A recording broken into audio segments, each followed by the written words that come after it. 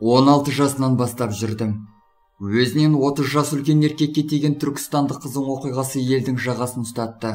Түркістандық Омар Қалиқұлов хабарсыз кеткен әйелін іздеп жүр. Оның жарымен жүздеспегеніне 1 жыл болыпты. 2 баласын тастап кеткен әйелін іздеу үшін ол Астарлы ақиқат бағдарламасының көмегіне жүгінген. 1966 жылы дүниеге келген Омар Қалиқұлов бұған дейін де 2 рет шаңырақ көтерген екен. 2013 жылы 57 жасында 3-ші әйелмен танысқан. 3-ші некеден туған балалардың үлкенінің жасы 6-да, екіншісі 2 жаста.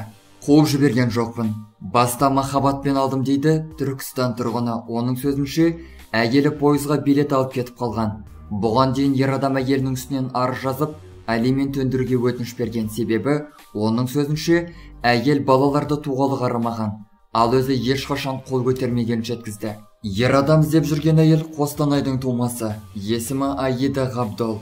Ол кезінде Қостанайдан Астанаға жұмыс істеп келген. Осылайша екеуі Астанада танысқан. Олардың жас айырмашылығы 30 жас.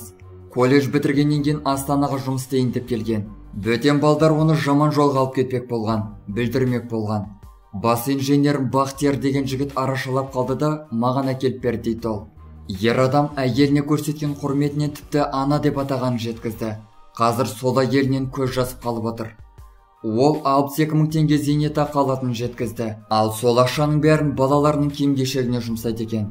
Балалардың үлкені кейде анасын іздейтіні болмаса, кішісі тіпті анасын көрмепті. Бірақ ер адам жас әйелін қызғанғанды жасырмады.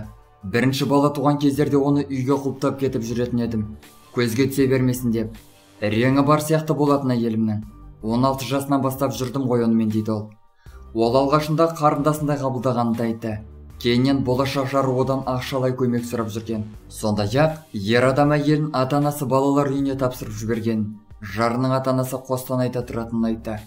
Бір күні әке-шешең бар ма деп едім. Қостанайда тұрады деді.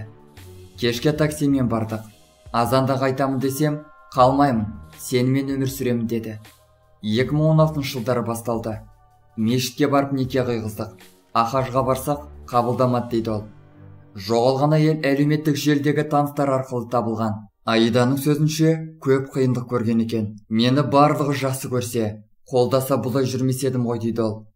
Ол егде тартқан ер адамға тұрмысқа шыққанына өкінбейтінін жеткізді.